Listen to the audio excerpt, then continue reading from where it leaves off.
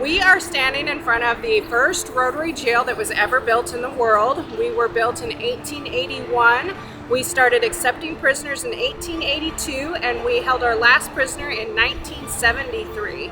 The concept of these Rotary Jails was to be ultra secure because that saved these communities a lot of money. We could hold 37 inmates in our jail, and we only employed 2 daytime deputies per shift. They were also a lot more cost effective because building vertically in this cage meant you didn't have to have as much land up front to build your facility, and you could build them very close to your courthouse, which cut down your commute with those prisoners, bringing them back and forth from your jail.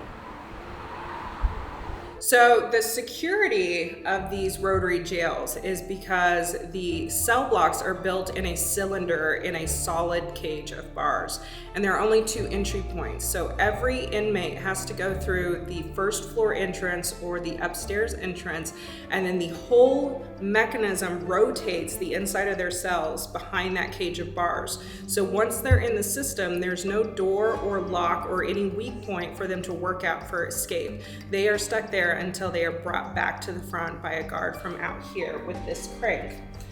And the security is that we could address all of their needs from inside those cells. So if an inmate was being aggressive in any way, there was no reason they had to be released from that cell. And that included toilets. So in the back of every cell was an outhouse style toilet. It protruded into the spindle and overhangs a circular cast iron trough. And then we had a cistern on the roof that would collect rainwater. And as long as we had enough water, we would flush that system twice a day to a leach field behind the building originally, and then it was attached to the sewer system of the city once the city grew up around us enough. So because they had to address that restroom facility so that you're not constantly letting people in and out of their cells for a bathroom, our inmates had indoor flushing plumbing years before any of our citizens did. The spindle that holds the 2 cell blocks is 30 tons. And when this was brand new, because of the way that it's balanced underneath, it only took 16 pounds of human pressure to turn. So it was moving deceptively easily, and that's what was causing those amputations.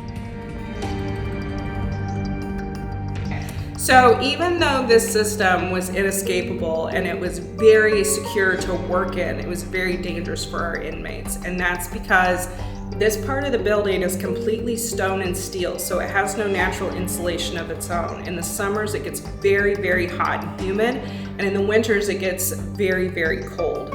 And all the cots are positioned behind a solid steel panel, and that was the engineer's way of protecting these inmates from extending through those bars in their sleep. But because they were so hot, and 50% of our arrests were alcohol related, it was very common for these gentlemen to come in and pull their cot over to the other side of the cell to those exposed bars. And the reason they were doing that was to catch the breeze coming in from those open windows on the wall. But because of this system being so efficient, it was virtually silent when it was brand new. They would not wake up when the system started moving, and because they were sleeping against those bars, their hands and their feet would get caught inside. But because the movement was so smooth, they wouldn't wake up until they felt pressure from that pain. And at that point, it's too late to stop those 30 tons of momentum that are moving so easily.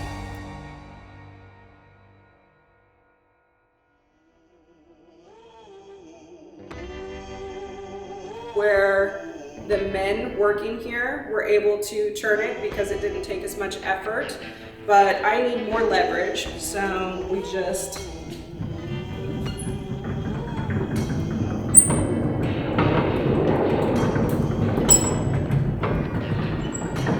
and when one cell moves away from the entry point, the next one opens up for immediate loading for the next prisoner.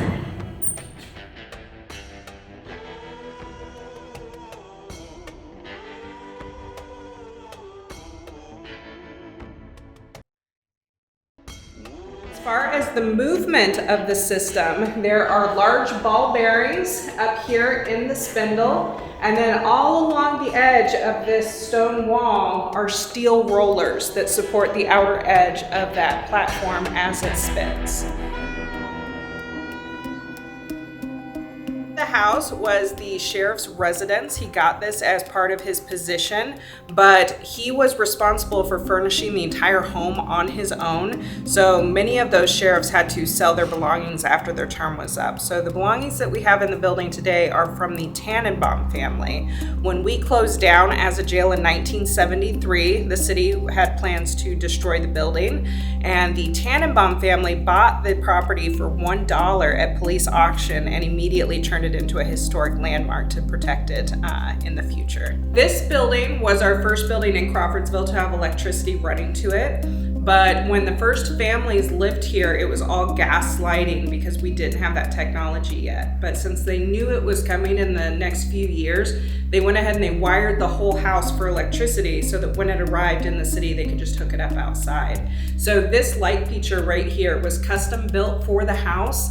And it holds both the electricity and the gas lighting so that when the electricity would go out, because it was frequently burning itself out in those early years, they could just switch back to gas lighting without interrupting the lighting in the house.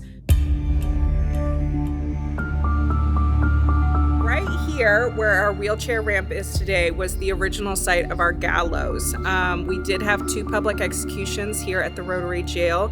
We were never intended to perform those duties because we were a jail and not a prison, but the first murder that happened in town after the creation of the Rotary Jail was so polarizing to the citizens that they decided to keep that trial here at home, which was a bad decision because that execution went very, very poorly. First execution that we had was for a mentally handicapped man in the community. He was accused of murdering the elderly couple that was boarding him after his mother's death. We believe strongly that he was used as a patsy in that crime, and being the first execution, they were practicing with the gallows to make sure all those mechanisms were going to work smoothly for the day of the execution. But unfortunately, John Coffey was extremely large for the time frame he was living in. In the 1800s, he was born 7 feet tall and just a very broad-shouldered, substantial man who had done farm work his entire life. So after they had practiced with those gallows several times, the first 2 ropes broke under his weight. And at the time of using a gallows as an execution system, if your rope broke, it was considered divine intervention. You were off the hook. But because they had sold tickets to this execution and so much money had been exchanged, they felt obligated to perform the execution until completion.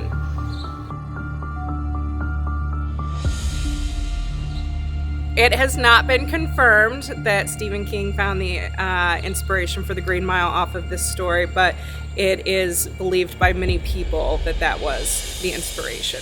The story made it all the way to the New York Times after it happened, and it's possible that he found that article.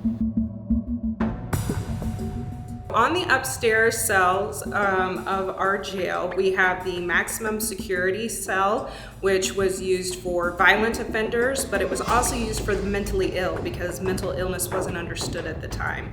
And because you didn't have a physical ailment to treat, you were sent to jail because it was behavioral, which is a really bad mix to be sharing that one cell. On the other side, we have the women's cell. Women shared one cell. They were never kept in the Rotary system. That was purely for male occupancy. And then the top floor of our facility was the infirmary. So the infirmary was used for those doctor checkups upon arrest. It was also used to treat and heal for those people who suffered amputations in the rotation of these bars.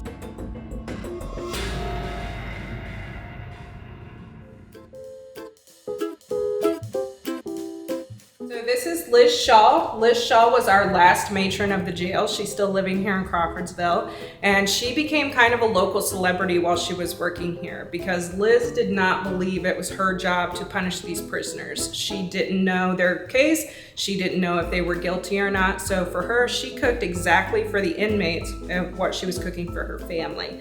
So it became very well known that Saturday nights was fried chicken and Sunday mornings was biscuits and gravy. And we can look at weekend arrests during her service and see a huge uptick in those arrests because the fines and staying in jail weren't that weren't that expensive at the time, and you were getting 3 meals a day cooked by Liz. You were getting your clothes washed and pressed before you saw the judge on Monday morning, and you were off in time to go to work. So it was a nice little weekend getaway.